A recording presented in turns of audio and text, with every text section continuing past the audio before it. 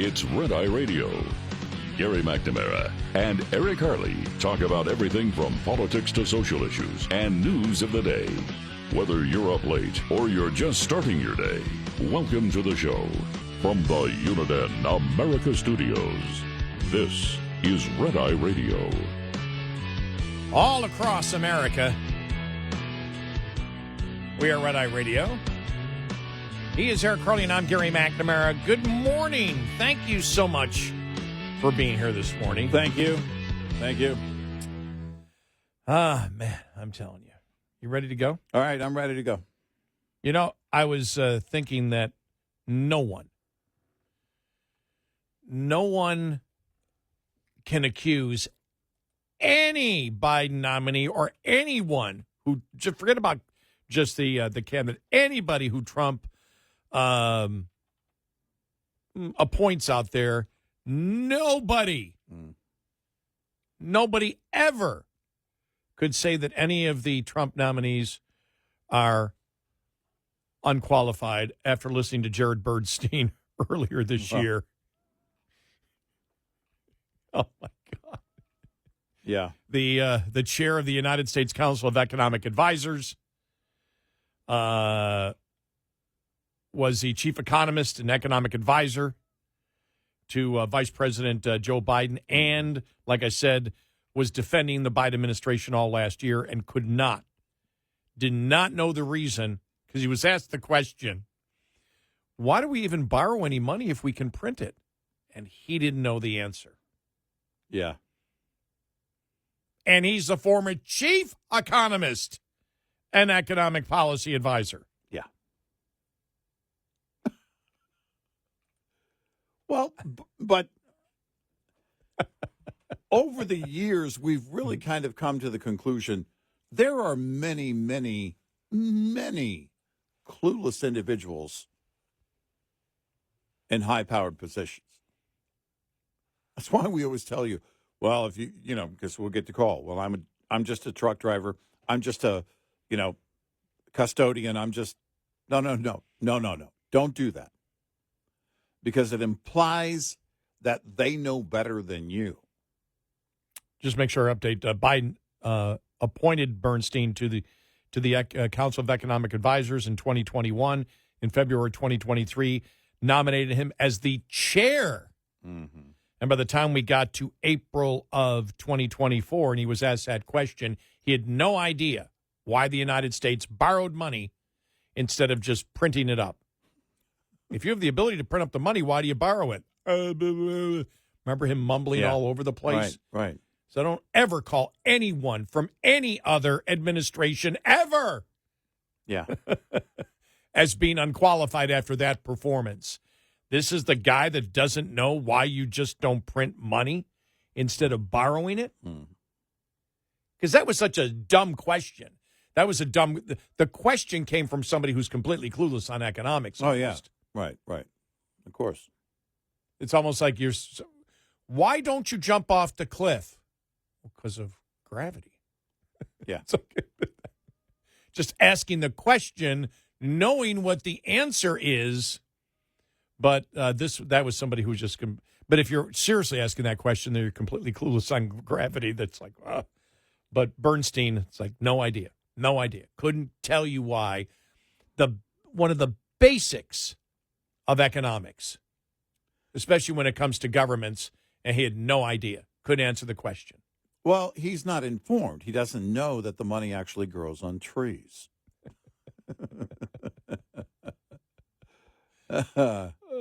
Yeah. Oh man. Then on Capitol Hill, there's just a magic money generator. I would say this, though. Remember, his advanced degrees, what do you think his advanced degrees are in? The arts.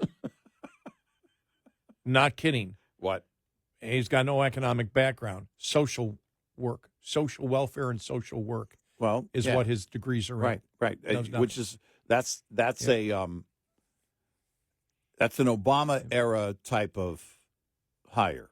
And he was out there almost all the time. Whenever anything economic was happening, he was out there speaking about it, completely clueless. Not a clue about how economics works at all. Right. None. Right. So will criticize Trump appointments like the labor secretary, Right. the hopefully withdrawn labor. No, it's not going to be withdrawn. She may get more Democrat votes than Republican. Yeah. That could happen. Right. Right. I mean, on that bill that she was a part of, Yeah. she was one of only, 3 Republicans on that, which meant it was a boatload of Democrats. Yeah. And I could see a number of Democrats saying yes. So I guess we'll see. I am curious to see what the head count in the GOP is. We're talking about Chavez DeRemer. Yeah. Yeah. She was for the PRO Act. Mm-hmm. She is for the PRO Act, which would effectively ban gig jobs. Right. It would totally upend the franchise business model. I mean, it's so incredibly radical. Well, it would the franchise business model, the contractors. I mean, it would be unbelievably devastating. This is something they moved on in California. It's the same idea. And basically gets to the point of, okay, then beyond that, Uber drivers and Lyft drivers need to unionize and then, that kind of thing. But it would upend. I don't know what companies would do. Well, the worst thing, though, even worse than that, if it could get worse than that, is her support of the Public Service Freedom to Negotiate Act, which would require all states and localities to collectively bargain with government workers as a union, which means unions in all state governments, whatever. Anybody who knows just the basics about the union movement in the United States knows that the union movement was completely against, whether it was, you can look at George Meany, you can even look at, in the 30s, and, Roosevelt, who became a big, super labor guy, all completely against, totally 100% against unions in government, because unions were created to share the profits of companies. Governments don't make profits. Right. And so the fact that she backed that, to me, you shake your head going, is Trump even paying attention to that pick? Yeah. Because if your goal is Department of Government Efficiency, that's the last person you ever put in the Labor Department. Well, tell me in which way she differs from Robert Reich. Yeah. I'd like to see any Republican. Has any Republican promoted her over the weekend?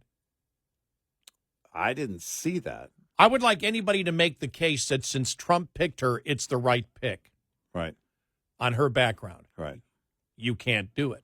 Yeah. That's why I'm curious on the GOP head count right now, what it is. Yeah. Just for the GOP. She is as radical. She's as radical on the issues of a labor secretary than I can imagine as a Republican.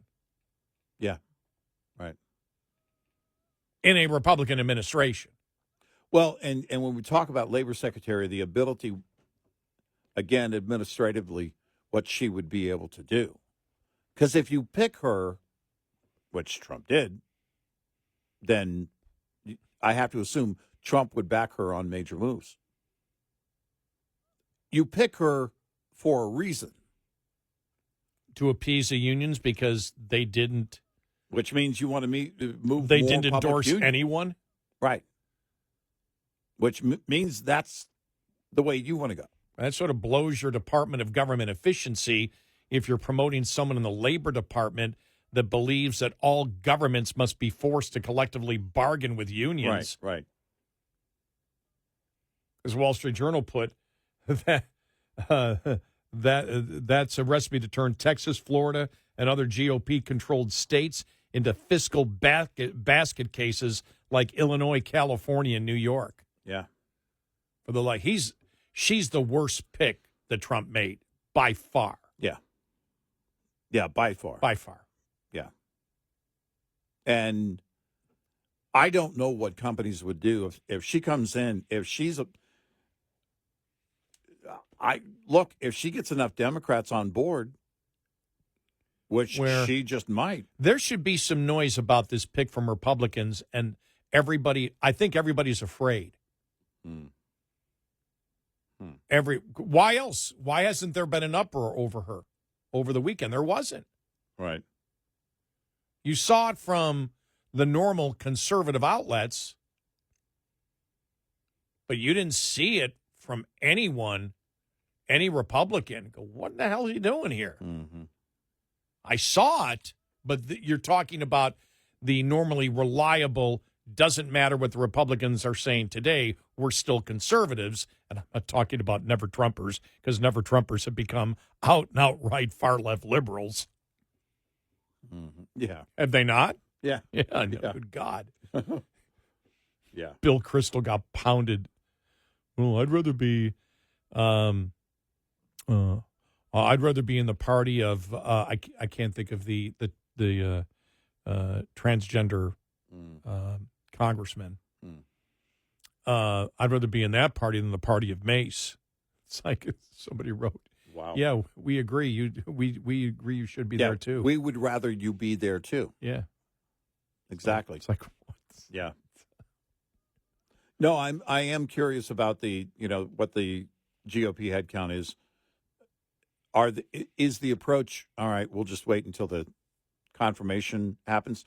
But look, if the GOP knows their headcount, they're going to know the Democrats' headcount. But we knew it was. And so if you're a senator, a GOP senator, and you've got a great concern about it, you're going to have to talk about it before it gets to that point if you think she's going to pass. But I don't know what you do. 3 or 4 days before when her name came up, and Republicans, no way, and Randy Weingartner from the teachers union, as radical of a socialist as you could possibly get. Right. We'd love to have her. We'd love to have her. We'd love to have her. Yeah. That was the first clue. Don't pick her. And he picks her. Yeah. Why? Got nothing to do with his agenda. She's opposite his agenda completely. Yeah. If the Department of Government Efficiency is one of your major things that you're attempting to do, that's the last pick you would ever make. It shows to me you're not really serious about it. Yeah. You're sending the message. He may be serious. He's sending the message, I'm not serious about government efficiency. Right. Yeah. And then you get into so much regulation. Oh. Through Department of Labor. Yep. That would have the markets greatly concerned, and I really wonder what that impact is going to be. Because employers, right now, you got to be scratching your head. What in the world might they do? Yeah.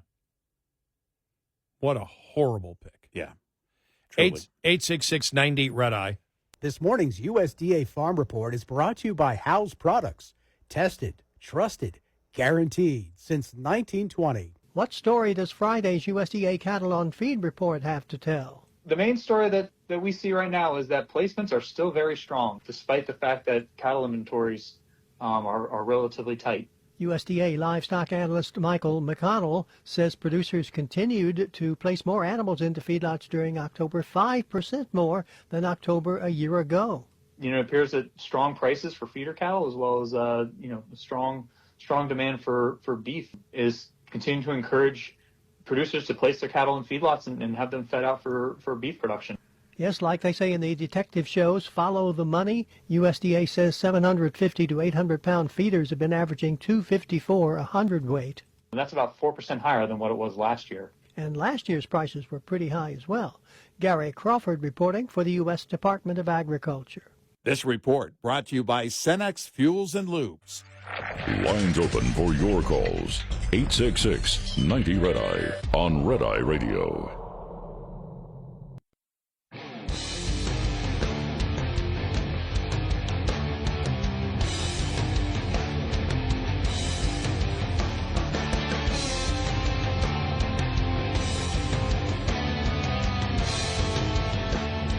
It's Red Eye Radio. He's Eric Harley, and I'm Gary McNamara. Not a lot of excitement in the resistance movement, the anti-Trump resistance movement. We'll get to that. A couple of articles written over the weekend on that one. But the CBS News poll came out showing that roughly 60% of people approving of incoming President Trump's first couple of weeks of transition period. Yeah.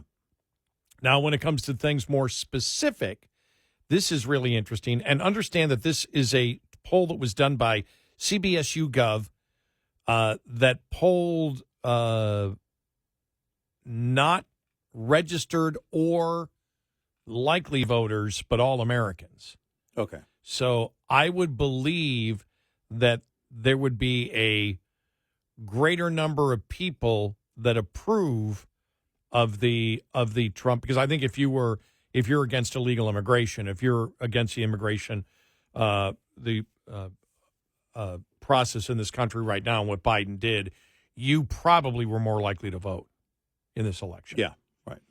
And so the question was asked, would you approve or disapprove of Donald Trump starting a national program to find and deport all immigrants who are in the U.S. illegally? Now, again, I guess that technically would be what they've covered so far, which would be criminal illegal immigrants and those already with deportation orders. Right.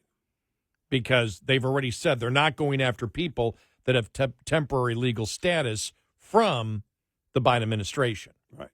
They won't be going after them because they're, the last administration put them in. But they will accelerate the hearings. Right. To determine if they can stay. Right. More judges, whatever, to expedite the process more quickly. And if you do not, are not allowed in the country and you get a deportation order, they will deport you. Right. But that question asked, approve 57%, disapprove 43%. Now, I think it would be greater if it was registered voters or likely voters, because these are just all Americans. Yeah, right. Men, 63 to 37% for doing it. Female, 53-47. Ages 18 to 29, 50-50. Wow. Ages 30 to 44, 60 to 40. Ages 45 to 64, 61% to 39%. Ages 65 or above, 57-43, 14 points. Whites, 62% for, 38% against. Black, 46% for, 54% against. Hispanic, 48% for, 52% against. Those are major swing numbers, though. Yeah, they are. Major. Democrats, only 27% agree with Trump starting a national program to find and deport all immigrants who are in the United States illegally. Republicans, 90 to 10. 90% for, 10% against. Independents, 56-44 plus 12. If you call yourself a moderate, plus 16, 58 to 42. We get into the qualifiers on these things. People, when you said, if you call yourself a moderate, we have more questions for you. Okay. We would Can have you to bet please it hold deeper. for Eric Yes. and Gary? Yes.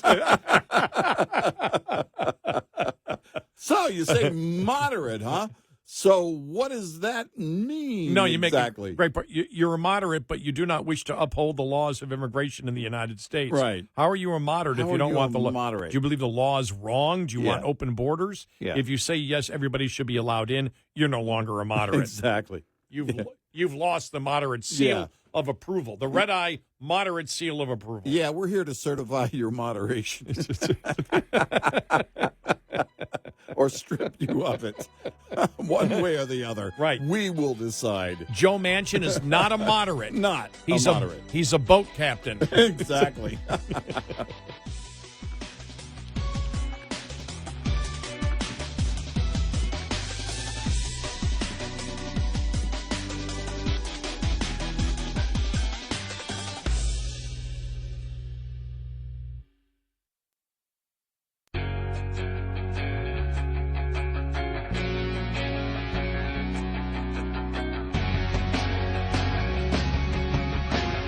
You're listening to Red Eye Radio from the Uniden America Studios.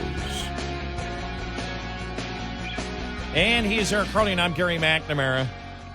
Just reading here that the mayor of Denver walked back comments he made earlier last week that he would send police officers to the county line to stop federal agencies from entering the city. It's like the Tiananmen Square moment with the rose and the gun, right? So he backed off on those comments that he would if you had ICE agents coming in. Because Homan said last week, well, if you're a sanctuary city, just stay out of the way. I mean, you don't need to help. Instead of sending 100 agents in, we'll send in 500. Right. And then he came out and said, well, our police force will meet you at the county line. If you want to know and then he talked about the massive protests that he wanted to go along with it as ICE was coming in. If you want to know the definition of insurrection, that's the definition for those who don't understand. Well, and we talked about it. Because there you have a politician stating, we are going to use our law enforcement against federal law enforcement that is attempting to enforce federal law. It's one thing when you get to the point when you talk about not authorizing your local authority, your police officers, to use their resources to help ICE. That's one thing. Very different when you talk about, because we wondered, okay, what would be the next move? Hiding illegals? If you're one of these mayors that's hell-bent on not cooperating with ICE, and now the new move would be, okay, from ICE's perspective coming in, all right, we'll just send more agents in. You don't have to cooperate with us. We'll do it alone. Well, the next move is, we want to counter that. So this is the mentality. They know the massive, massive legal problems. If they don't know now, they'll learn quickly. The massive legal problems with blocking the federal government from doing these things. It's one thing if they want to take them to court. Good luck with that. Mm-hmm. But if you're talking about sending police to the county line, and we wondered, okay, what would be next, right? Hiding illegals, and look, you're interfering here. Well, but what he was implying was direct armed conflict between state law enforcement and federal law enforcement. Right. Yeah. We wondered if it would be, if they would be hiding them. Well, he's all on board, or was before he walked it back. We'll just go to war with them to keep them out of our county. Yeah, not surprised he walked that back. He learned very quickly, I'm sure. By the way, he probably got a legal note on that. Well, he got a legal warning. I think here's Rand Paul on Face the Nation yesterday. The mayor of Denver, if he's going to resist federal law, which there's a long-standing history of the supremacy of federal law, if he's going to resist that, it will go all the way to the Supreme Court. And I would suspect that he would be removed from office. I don't know whether or not there'd be a criminal prosecution for someone resisting federal law, but he will lose. And people need to realize that what he is offering is a form of insurrection, where the states resist the federal government. Most people objected to that and rejected that long ago. So I think the mayor of Denver is on the wrong side of history, and really I think will face legal ramifications if he doesn't obey the federal law. And this is something I believe the Trump administration is serious on. No, I think they're full on serious, yeah. And I do think you're going to see, and then you're going to have cries, well, this is, because the Department of Justice will be involved in this, will be involved in prosecuting, as will federal judges. Mm-hmm. And then they'll say, see, here's the payback that Trump is trying, even though it's not the payback they were talking about just a couple of weeks before. It's a different type of payback that they've made up. I don't see, with reading the article yesterday on the Democrats and the media and everything else, for example, on inflation, the border, those are the things really that people went and voted for. And as we saw, the biggest women's issue was a radical transgender movement. Mm-hmm. They have not changed their opinion one iota on any of those. No. On No. inflation, they're still denying that it happened. It was fascinating to see Bill Maher on with Donna Brazile, who said wokeness didn't do it. Well, there were some things, but not wokeness. He goes, yeah, wokeness did do it. No, it didn't. Well, that's why you're going to lose next time. And he was implying the same thing when it came to the radical transgender movement to Neil deGrasse Tyson, who just claims to be a scientist but won't even answer that question. Right. About what a woman is. He goes, you're the problem. He just looked at him and goes, you're the problem. And they are. Yeah. But there is no acknowledgement. And we've said this from the beginning. We said they're not going to change. They can't change. Identity politics, the misogyny of the and Riley Gaines did that to somebody yesterday. I forgot who it was who came out and was what's his name? Bill Kirstall. She goes, good. We know you're a misogynist. Yeah, yeah. Like the first one after he posted that was her. Now maybe it's because I follow her. I don't know, but it was it was his statement. I go, let me look at some of the comments. Riley Gaines. Oh, thanks for admitting you're a misogynist, Bill. Yeah. Oh, beautiful. Yep. And the thing is, now that the Trump administration is going to do these things, they're going to go crazy. Yeah. Now, I'm not talking about, because I don't know. I mean, here it is. One story here, the anti-Trump resistance movement facing post-election disillusionment with activism. Leftists who were part of the so-called resistance movement against Trump are now faced with a disillusionment with activism after the Republican won again this November. In a Sunday report titled "The Resistance Goes Quiet," Axios aimed to explain why does this matter? Why it matters. Why it matters. Why the left wing has not erupted into widespread protest like what occurred when Trump beat former Secretary of State Hillary Clinton 8 years ago. A political science professor at Macalester College said female Democratic voters are more disappointed than shocked this time around, so they didn't have the same acute trigger to rush to the barricades that they did the first time. She said she studies social movements. It's very likely that there is some disillusionment with activism. Auburn political science professor Michael Brown concurred, saying, when you first see something unexpected, it's really jarring and you react strongly. But the more you see and normalize something that was unexpected, the more you become used to it. There it is. Mm-hmm. And all of them have said the same thing. They're talking about, is there going to be the people's movement on Inauguration Day? Like, they don't know. You can't get women, remember the pink hats. Right. They can't wear the pink hats anymore. Why? Right. Because all women don't have vaginas. Yeah. Well, here we go. Yeah. And so, that blew up the women's movement, which was just still to this day one of the most if I ever retire, I don't know if I will. I don't think I can. Gary didn't show up today. Oh, okay, his career's over.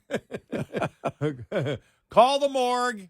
Did he call? No. Call the morgue. He's dead. Yeah. He died doing what he loved. He didn't clutching his chest and shouting expletives. Damn liberals! I might not say that, realizing that I will be at the pearly gates in a few moments, and that might not be the way to go. I just a prayer might be in order. Yes, maybe if it doesn't happen too quick. But I was all this made me think of the story that I saw yesterday about the MSNBC and the ratings tanking and CNN and everything, and just saying. I started thinking, it's something that you and I talk about. We live in an age where everybody's got to make predictions. Yeah. And right. in sports, for example, and I don't know, I think politics got it from sports, where they would sit there, who do you think's going to win this? Who do you think's going to win the game today? Is it going to be Miami? Is it going to be Kansas City? Kansas City's going to win. They're going to win 30-21. What do you think? No way. Miami's going to win 31-29. I disagree with both of you. It's going to be 30-30 tie. You have no idea. Mm-hmm. But we see it every time. And when your prediction doesn't come true, doesn't matter. It's sports. But think about everything that MSNBC, for example, promised their audience over the last 8 years. Mm-hmm. Trump would be impeached and kicked out of office. We've got to go way, way back then. Oh, yeah. Trump was a traitor. Well, Trump was a Russian operative, Right. basically. Right. Trump was a Russian operative. He'll be charged with treason. Everything that happened in that time, impeached once, impeached twice. Then, all these four, he's going to be in jail. He's going to be in jail. He'll never be president again. He'll never be president. He comes back and more Democrats ended up voting for him. Yes. He made headway in every state. And so you look at it as a viewer and you say, nothing they said to me over the last 8 years has been accurate. We said it. We said it for the longest time. Every time something new would pop up. Remember, when Cohen's office was raided, he's going to flip. He's going to flip. If you're a liberal. Yes. And then who goes to prison? Cohen. I mean, over and over again, when these things happen, It's like, look, if you're a liberal and they're promising you, we've got him. Adam Schiff, we got him. Remember when they brought about that impeachment and Nancy as speaker was saying for months, it was probably 9 or 10 months. No impeachment. No impeachment. Boom. The stuff out of Adam Schiff's office that came from the phone call with Zelensky, that came from the CIA officer that was on that call, that took it to Adam Schiff's office. And boom, next thing you know, we have impeachment. They keep promising you things, and then that same guy, Adam Schiff, now will be a senator in California, lied to the American people, including Democrats, over and over and over and over again.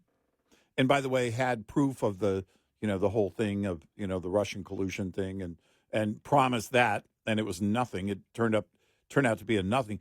Every time that happened, we said to liberals, if they're the rank and file, if they're promising you something, they've never delivered on. Yeah. Over and over again. Why would you do? You've got to be angry. Hundreds of things they promised you were going to happen and never happened. Never did. In fact, the opposite happened. Right. And they were so sure of themselves. And that's the thing. When you start, instead of just analyzing what's going on and promoting what you actually believe on the issues, they become these political prognosticators who have this crystal ball in front of them who tell you what's going to happen with a certain confidence. I would look at it as arrogance, but a certain confidence, arrogance of we know what the hell we're talking about. Right. And then it all blows up in their face, not at once, time after time after time after time. And then what happened in this election was the hydrogen bomb. Yeah. It was really boom. Was. Yeah. I mean, that was like that. It just everything you told us over the last 8 years was bull soup. Exactly. And think about the cases. Yeah, that too. Letitia James, Alvin Bragg, Jack Smith. Yeah. Nothing. I mean, every single time they built cases based on nothing. And that's why when we analyzed and we said the way we see this, these are all going to be overturned. Right. But that's not the goal. The goal is just to get any type of conviction so he doesn't win. Right. All that failed. All of it failed. All of it. In fact, it probably, in many ways, we believe, helped to create a larger martyr, a bigger martyr. 866-90-RED-EYE. Get in touch with Red Eye Radio, toll free at 866-90-RED-EYE.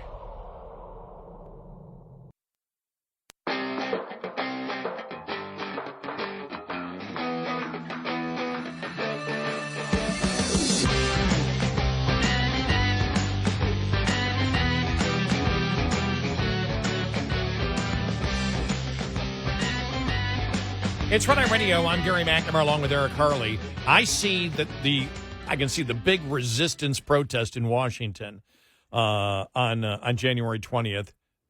Keith Olbermann. That's it. Just one guy Well, standing. he's not going to leave his mom's basement to do it. He'll do it virtually. I'm going to He'll say do virtual. a Zoom protest. Mom! Can we do the protest from home? Yeah, exactly. Protest from home. We're not going there. Right.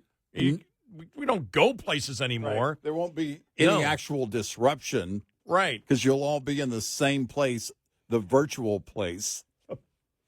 Protest from home. Yeah. Oh. Do I have to leave the house for the protest? Oh, I do? No, thanks. I can see that being the case for a lot of people. Yeah, I'm not going to leave the house for it.